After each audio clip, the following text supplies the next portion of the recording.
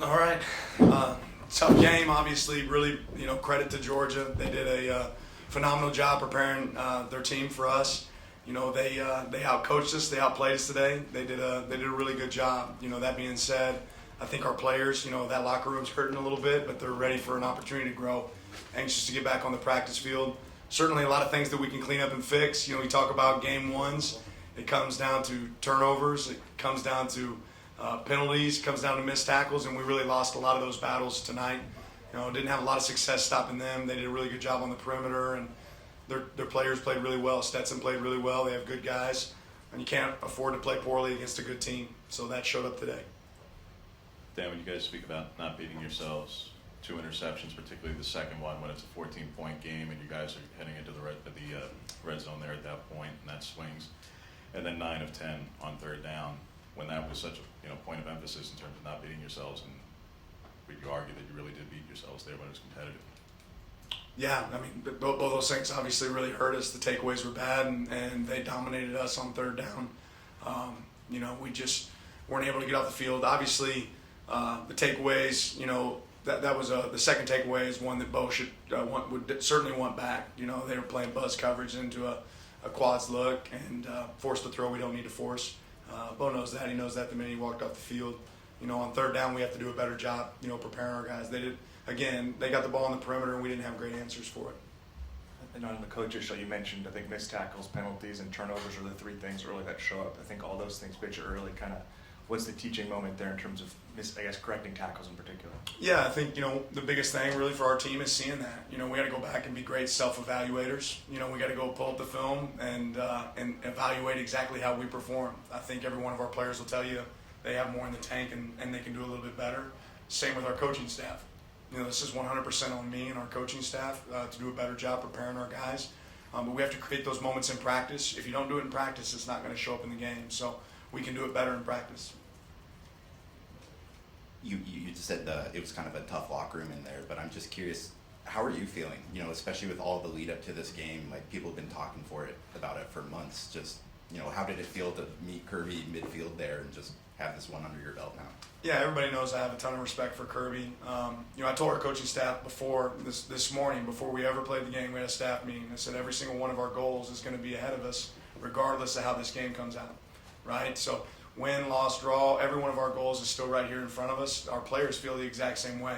Tough locker room because we have competitors, right? Not a bad locker room, a tough locker room because we have competitors that want to win, and those guys are hungry to go get better. I think if you asked our players right now, they'd go right back up to the practice field today, right? Because they want to compete. There was no quit in them, but certainly getting to go against a good team, it's a great gauge of where you're at, and they're a good team.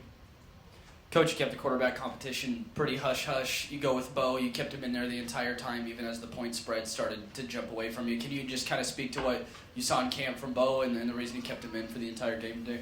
Yeah, Bo's a leader, and I think if you go back and look at our offense, they really moved the ball. We just didn't cap off our drives. Obviously the turnovers is something we don't want to have, but we moved the ball down the field at times. We just didn't finish drives. You get down to the red area, you got to go score touchdowns, not kick for field goals.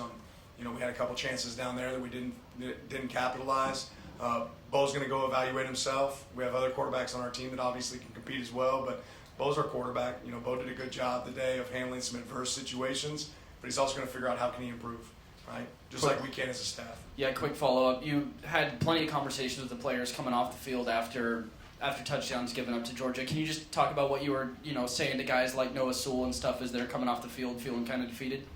Yeah, I love you, buddy.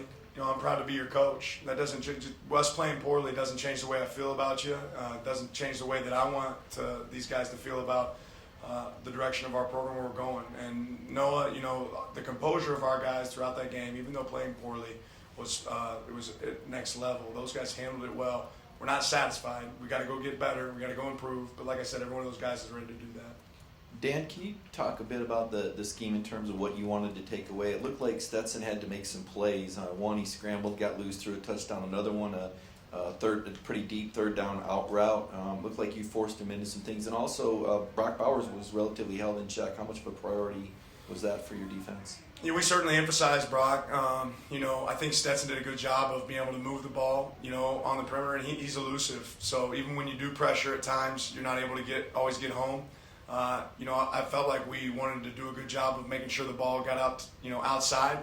Unfortunately, they were able to get it outside, and they won on the perimeter, more than we won on the perimeter. So we have to do a better job of recreating that in practice for us. But they had a lot of success, and that's credit to them. What did you learn about your team in terms of how they match up with the best? You know the talent on that side. Coming off a lopsided game like this, where do you feel like they are relative to where you guys want to get to?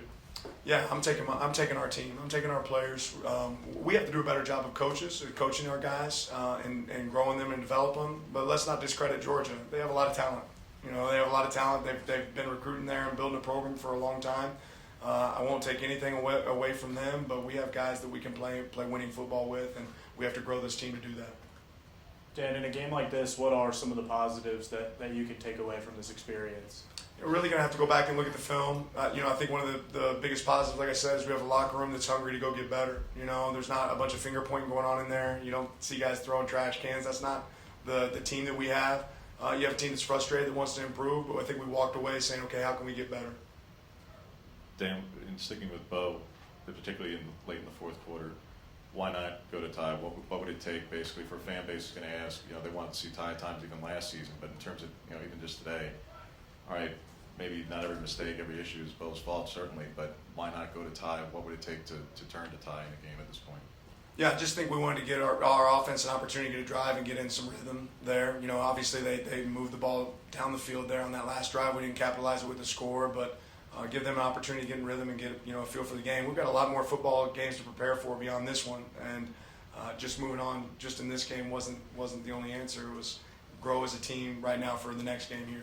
Take two more, Matt. Dan, you mentioned there's areas for you guys to improve. I realize maybe you haven't watched the film yet.